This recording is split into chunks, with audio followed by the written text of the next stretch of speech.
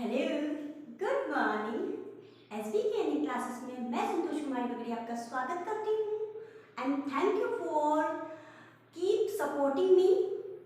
लेकिन देखिए, मैं जो कहना चाहती हूँ वो आप समझ रहे नहीं समझ रहे हैं मुझे नहीं पता, बट मैं इतना कहना चाहती हूँ कि जो आप मेरे साथ समय अपना मुझे इन्वेस्ट कर रहे हैं उसके बदले आपको डबल प्रॉफिट होने वाला है। लर्निंग और अर्निंग कैसे होगा वो मैं बताऊंगी, कहाँ कब कैसे कितना वो मैं बताऊंगी, क्योंकि मैं ज़्यादा आपका समय नहीं लूँगी। क्योंकि अगर मैं बोलूँ और करूँ ना तो वो गलत हो जाएगा, लेकिन फिर भी मेरी पूरी कोशिश है कि ये जो वीडियो मैं आपको करवा रही हूँ, जितना भी EORO को लेकर, स्पेशली अभी मेरा EORO टारगेट है, लेकिन मैं जो भी जितने भी वीडियो डाल रही हूँ वो सभी एग्जाम्स का होगा, जो पर्टिकुलर जी के होता। चलिए अलग अलग सेपरेट बैच में बात करेंगे सारी बातें। यहाँ सिर्फ मैं इतना कह रही हूँ कि अगर आप इस क्लास को लेते हैं और इसका एक एक क्वेश्चन आपको ढंग से तैयार है तो इसमें जो आप 20-30 मिनट इन्वेस्ट करेंगे, 10 मिनट 15 मिनट, वो सारा का सारा मैं आपको रिटर्न दूंगी। फिनेंशियल भी और मतलब लर्निंग भी और अर्निंग भी कैसे दूंगी, कहाँ दूंगी, कब दूंगी, वो मैं धीरे धीरे बताऊंगी। बस आप थोड़ा सा सब्सक्राइब कीजिए मत कीजिए, बस मेरे चैनल को देखते रहिए। चाहे 2 की स्पीड में देखिए, चाहे 1 की, मन हो जो कीजिए, लेकिन देखते रहिए, बने रहिए कि मैडम नया हमारे लिए क्या करने वाली है, क्या किया है। टाइम लगता है हर चीज़ में और आप बहुत समझदार हैं, आपने अभी तक लगातार सपोर्ट बना रखा है, उसके लिए धन्यवाद। चलिए चलते हैं बिना टाइम खराब किए। मैंने अपना वीडियो में सिलेबस करवा दिया है EORO का। मैंने पहला जो हमारा चैप्टर था संवैधानिक प्रावधान व कानून, वो चैप्टर मैंने कंप्लीट करवा दिया है पार्ट 1 पार्ट 2 में, वो आप देख लीजिएगा। आज मैं करवा रही हूँ आपको नगर पालिकाओं का गठन व शासन, मतलब राजस्थान नगर पालिका कानून 2009 जो कि यूनिट 1 है, उसके अंतर्गत नगर पालिकाओं का गठन व शासन अध्याय 2 है हमारा। धारा इसमें 3 से 5 काम करेगी और पहला क्वेश्चन हम कर लेते हैं। चलिए आगे चलते हैं। मैं मैडम को ज़्यादा बातें, मतलब वो बोलते हैं कि मैं कम बोलने में और ज़्यादा करने में विश्वास रखती हूँ, इसलिए मैं फेक वीडियोस भी नहीं बनाती हूँ। कोशिश करती हूँ कि कम से कम सटीक हो, क्योंकि आपका समय सोने से भी महंगा है, गोल्ड से भी महंगा है। मैं बहुत अच्छे समझती हूँ आपको और आपकी आपकी जो आप पेशेंस है आपके अंदर, उसको भी समझती हूँ। तो चलिए चलते हैं, मैं आपका टाइम समय खराब नहीं करूँगी, पहले क्वेश्चन की तरफ मूव करते हैं। राजस्थान नगर पालिका अधिनियम 2009 के प्रारंभ पर निम्न में से कौन सा अधिनियम निरस्त कर दिया गया था? राजस्थान नगर पालिका अधिनियम 2009 के प्रारंभ पर निम्न में से कौन सा अधिनियम निरस्त कर दिया गया था? तो राजस्थान नगर पालिका अधिनियम 1973, राजस्थान नगर पालिका अधिनियम 1959, राजस्थान नगर पालिका अधिनियम 1872, राजस्थान नगर पालिका अधिनियम 1908। तो जो राजस्थान नगर पालिका अधिनियम 2009 के प्रारंभ पर निम्न में से कौन सा अधिनियम, मतलब जब 2009 बना तो कौन सा निरस्त कर दिया गया था? राजस्थान नगर पालिका अधिनियम 1959। राजस्थान नगर पालिका अधिनियम 1959, राजस्थान नगर पालिका अधिनियम 1959। नेक्स्ट, राजस्थान नगर, देखिए मैंने शॉर्ट में लिख दिया क्योंकि कई बार रिपीट हुआ हमारे क्वेश्चंस में।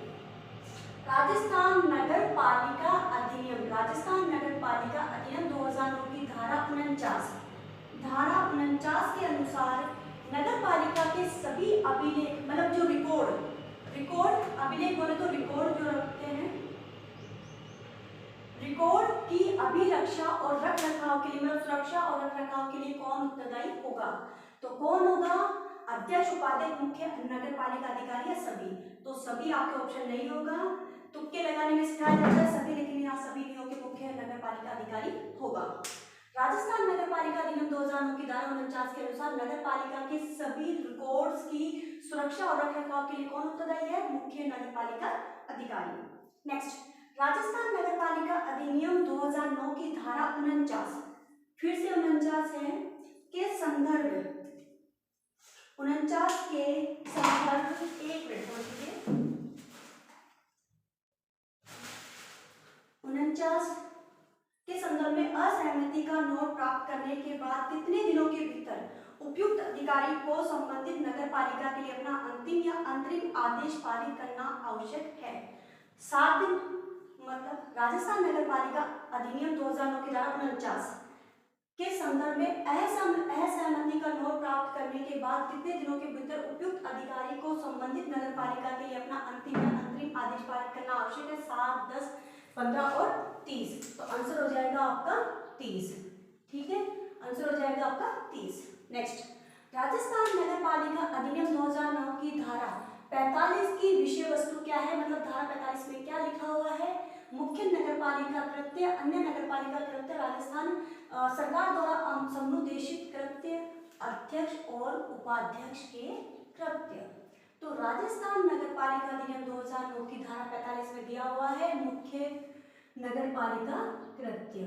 ठीक है, मुख्य नगर पालिका कृत्य, मुख्य नगर पालिका कृत्य और धारा 45 मुख्य नगर पालिका कृत्य। नेक्स्ट, राजस्थान नगर पालिका अधिनियम 2009 की वह कौन सी धारा है जो गलत घोषणा करने के बारे में बताती है? गलत घोषणा करने के बारे में बताती है। कौन सी धारा है? धारा 15। कौन सी धारा है? धारा 15। गलत घोषणा करने के बारे में धारा 15। नेक्स्ट, राजस्थान नगर पालिका अधिनियम 2009 की धारा 25 है। धारा 25 क्या कहती है? निर्वाचन से मत देने की रीति, मतदान का अधिकार, निर्वाचन संबंधी अधिकार, भ्रष्ट आचरण। तो मतदान का अधिकार। अगर आप कहें कि ये ऑब्जेक्टिव करवाने से पहले मैम जितनी भी धाराएं हैं वो धाराएं आप करवा दीजिए, तो मैं पहले वो भी करवा दूंगी और मैं कोशिश करूंगी कि अगले दूसरी तीसरी क्लास में मैं सारी धाराएं एक जगह करके आपको पहले वो करवा देती हूँ। चलिए चलते हैं आगे।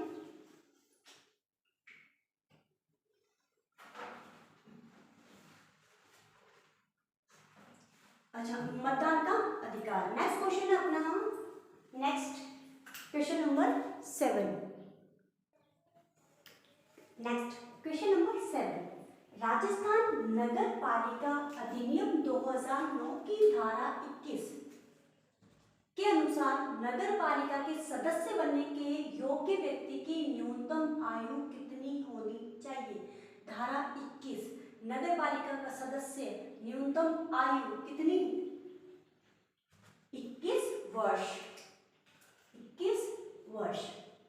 नेक्स्ट, राजस्थान नगर पालिका अधिनियम 2009 की धारा 11 के अंतर्गत किनकी सिफारिशों के आधार पर, धारा 11 किनकी सिफारिशों के आधार पर, किनकी सिफारिशों के आधार पर राज्य सरकार सदस्यों का चुनाव कराने के लिए सभी पावरों को बुलाती है? तो जिलाधीश, राज्यपाल, राज्य चुनाव आयोग, केंद्रीय चुनाव आयोग। तो राजस्थान नगर पालिका अधिनियम 2009 की धारा 11 के अंतर्गत कराने के लिए अंतर्गत किनकी सिफारिशों के आधार पर? तो राज्य चुनाव आयोग की सिफारिशों पर सदस्यों का चुनाव कराने के लिए सभी पावरों को बुलाती है। नेक्स्ट क्वेश्चन नंबर 9, राजस्थान नगर पालिका अधिनियम 2009 की धारा 15 के अनुसार झूठी घोषणा करने वाले व्यक्ति पर अधिकतम कितनी दंड राशि आरोपित की जाती है? आप जानते हैं सभी जगह सभी तरीके के अनाउंसमेंट होते हैं, हम भी करते हैं और मैं तो स्पेशली बचती हूँ कि कोई भी फेक अनाउंसमेंट ना हो। आप चाहे तो बता सकते हैं किसी भी वीडियो का, मैं बिल्कुल पर्टिकुलर काम करती हूँ। तो इसी तरीके की एक है धारा 15, झूठी घोषणा करने वाले व्यक्ति पर अधिकतम कितनी दंड राशि आरोपित की जाती है? तो आपका हो जाएगा 5000 रुपये। नेक्स्ट क्वेश्चन नंबर 10 छोड़ दीजिए, 10 जो है 2 बार रिपीट हो गया लिखने में। क्वेश्चन नंबर 11, राजस्थान नगर पालिका अधिनियम 2009 के संदर्भ में समय समाप्ति के बजाय अन्यथा उत्पन्न हुई अध्यक्ष पद की रिक्ति को इसकी उत्पत्ति की तिथि से लेकर किस अवधि तक भरा जाएगा? तो 6 महीने। राजस्थान नगर पालिका अधिनियम 2009 के संदर्भ में समय समाप्ति के बजाय अन्यथा उत्पन्न हुई अध्यक्ष पद की रिक्ति को इसकी मतलब अध्यक्ष पद इसकी उत्पत्ति की तिथि से लेकर किस अवधि तक भरा जाएगा? 6 महीने के अंदर। नेक्स्ट, उस धारा की पहचान करें जिस पर समय समाप्ति के बजाय अन्यथा उत्पन्न हुई आकस्मिक रिक्ति को भरते समय विचार किया जाता है। मतलब टाइम तो खत्म नहीं हुआ है पद का, लेकिन क्या है, आकस्मिक रिक्ति किसी कारण से हो गई, किसी की डेथ हो गई या कोई दूसरा कारण हो गया, तो उस आकस्मिक रिक्ति को भरते समय विचार किया जाता है, उस धारा का नामकरण, उस धारा की पहचान कीजिए। तो आकस्मिक रिक्ति से संबंधित कौन सी हो जाएगी आपकी धारा 27, ठीक है। नेक्स्ट आगे चलते हैं, बात करते हैं question number 13। Question number 13, Rajasthan नगर पालिका अधिनियम 2009 की किस धारा के अनुसार हर नगर पालिका में एक अध्यक्ष और एक उपाध्यक्ष होना चाहिए? तो आंसर हो जाएगा 30, 42, 43, 44। एक अध्यक्ष और एक उपाध्यक्ष धारा 44, एक अध्यक्ष और एक उपाध्यक्ष धारा 44, एक अध्यक्ष और एक उपाध्यक्ष धारा 44। राजस्थान नगर पालिका अधिनियम 2009 की धारा 38, नगर पालिका सदस्य के इस्तीफे, नगर पालिका सदस्य के इस्तीफे को कौन स्वीकार करता है? नगर पालिका सदस्य के इस्तीफे को कौन स्वीकार करता है? धारा 38, नगर पालिका सदस्य के इस्तीफे को कौन स्वीकार करता है? कार्यकारी मजिस्ट्रेट, जिलाधीश, अध्यक्ष और मुख्य नगर पालिका अधिकारी। तो कौन स्वीकार करता है? अध्यक्ष। राजस्थान नगर पालिका अधिनियम 2009 की धारा 38 के अंतर्गत नगर पालिका सदस्य के इस्तीफे को कौन स्वीकार करता है? तो कौन करता है? अध्यक्ष। कौन करता है? अध्यक्ष, ठीक है। नेक्स्ट आपका राजस्थान नगर पालिका अधिनियम 2009 की धारा 10 के अंतर्गत पिछड़े वर्गों से संबंधित महिलाओं के लिए बाढ़ में सीटों को आवंटित, ठीक है, पिछड़े वर्गों से संबंधित महिलाओं के लिए वार्ड में सीटों का आवंटित करने के लिए अपनाया गया आधार क्या है? तो क्या है आपका? विभिन्न वार्ड के आवर्तन। नेक्स्ट देखिए, राजस्थान नगर पालिका अधिनियम 2009 के अनुसार नगर पालिकाओं के मनोनीत सदस्य पर लागू नहीं होता है। कौन सा विकल्प नगर पालिका के मनोनीत सदस्य पर लागू नहीं होता है? राजस्थान नगर पालिका अधिनियम 2009 का कौन सा विकल्प नगर पालिका के मनोनीत सदस्य पर लागू नहीं होता है?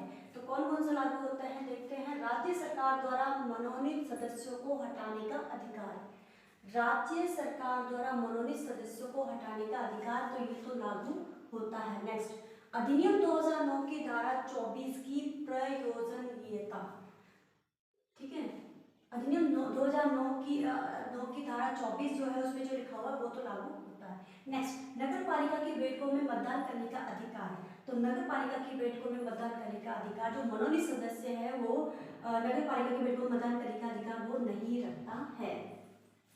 तो इनमें से कोई नहीं होगा, आंसर हो जाएगा आपका, ठीक है।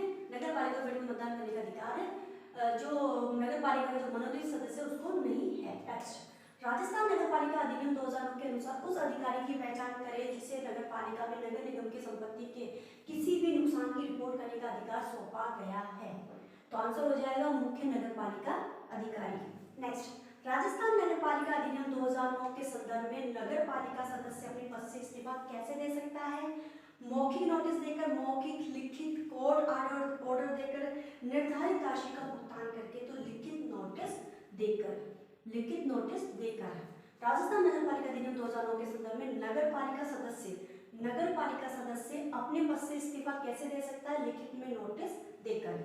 चलिए आगे चलते हैं, question number 19। Next question 19, Rajasthan नगर पालिका अधिनियम 2009 की धारा 24 किससे संबंधित है? धारा 24 मतदान के अधिकार से, चुनाव में मतदान करने के तरीके से, सदस्यों की सामान्य निर्योग्यता यानी योग्यता नहीं से, निर्योग्यता से, वाहनों, लाउड स्पीकर आदि के उपयोग से। तो धारा 24 सदस्यों की सामान्य निर्योग्यता से हो जाएगा आपका सी। नेक्स्ट देखिए आप, राजस्थान नगर पालिका अधिनियम 2009 के अंतर्गत अध्यक्ष के किसी भी आदेश को उक्त अधिनियम के प्रावधानों के साथ असंगत पाए जाने पर किसे अध्यक्ष को सलाह देने का काम सौंपा गया है? किसे? मुख्य नगरपालिका अधिकारी, मुख्य नगरपालिका अधिकारी। फिर से देखिए क्वेश्चन, राजस्थान नगरपालिका, ये तो हो गया, तो है सेम, राजस्थान नगरपालिका अधिनियम 2009 छोड़ दीजिए। अध्यक्ष के किसी भी आदेश को, अध्यक्ष के किसी भी आदेश को उक्त अधिनियम के प्रावधानों के साथ गलत पाए जाने पर किसे अध्यक्ष को सलाह देने का काम सौंपा गया है? तो मुख्य नगरपालिका अधिकारी। राजस्थान, ये हो गया। अब है अनुसूचित जाति की महिला, राजस्थान नगरपालिका अधिनियम 2009 तो चल ही रहा है अपना। अनुसूचित जाति की महिला उम्मीदवारों को आवंटित सीटों का प्रतिशत क्या है? एससी की जो महिला है, एससी की महिला उम्मीदवारों को आवंटित सीटों का प्रतिशत क्या है? तो 50, 75, 80 और 66। तो आपका हो जाएगा 50%, आपको हो जाएगा 50%। 22, राजस्थान नगरपालिका अधिनियम 2009 के अनुसार यदि नगरपालिका अपने कर्तव्य का निष्पादन करने में चूक करती है तो किस प्राधिकरण के तहत ऐसे कर्तव्यों का निष्पादन किया जा सकता है? ठीक है, नगरपालिका अपने कर्तव्य का निष्पादन करने में चूक करती है तो किस प्राधिकरण के तहत ऐसे कर्तव्यों का निष्पादन किया जा सकता है? जिलाधीश, चुनाव आयोग, राज्य सरकार और कोई राज्य सरकार के तहत। ठीक है, किस प्राधिकरण? यानी राज्य सरकार। नेक्स्ट, राजस्थान नगरपालिका अधिनियम 2009 के अंतर्गत नगरपालिका के विचार को पारित करने के भीतर उपयुक्त अधिकारी को उक्त अधिनियम के प्रावधानों के साथ इसके असंगतता पर अपनी सलाह देना आवश्यक होता है। कितने दिनों के भीतर? तो 7 दिनों में। कितने दिनों में? 7 दिनों में। ठीक है, नगरपालिका के विचार को पारित करने के भीतर नगरपालिका ने अपने विचार को पारित कर दिया। उपयुक्त अधिकारी, जो उस समय अधिकारी है, को उक्त अधिनियम के प्रावधानों के साथ इसकी संगत या असंगतता पर अपनी सलाह देने का आवश्यक होता है। मतलब कि ये असंगत है, इसकी सलाह देने की आवश्यकता 7 दिनों में। चलिए आगे चलते हैं, क्वेश्चन नंबर 24। मैं फिर बोल देती हूँ, आप मेरे साथ जितना समय इन्वेस्ट करेंगे इनको आप अच्छे से लर्न कर लीजिएगा। एक बार अच्छे से लर्न कर लीजिएगा, मैं रिपीट इसका मैं क्या करने वाली हूँ मैं आगे बताऊंगी, लेकिन इतना बेनिफिशियरी होगा आपके लिए। और हाँ, आप पर्टिकुलर पार्ट बी नहीं, पार्ट ए भी मैं करवा रही हूँ, उसको भी बहुत अच्छे से तैयार कीजिए। वो आपके हर एग्जाम के पेपर को फाड़ने वाला है, वो क्रैक करने वाला है। बस आप एक बार लगातार बने रहिए, थोड़ा सा समय दीजिए और वीडियो को स्किप करके बिल्कुल मत देखिए, वीडियो पूरा देखिए, क्योंकि जितना ज़्यादा शेयर होगा उतनी जल्दी मैं मेरे आपके लिए अपने काम पर आगे से आगे काम कर पाऊंगी। इस बात को आप जितना जल्दी समझ लें उतनी जल्दी मेरे लिए और आपके लिए दोनों के लिए बेनिफिशियरी होगा। चलिए आगे चलते हैं, बात करते हैं, क्योंकि आपको मिलने वाला है हर एक सेकंड, मिनट, घंटे का रिवॉर्ड अवार्ड। तो चलिए आगे चलते हैं, बात करते हैं आगे। क्वेश्चन नंबर अपना 24।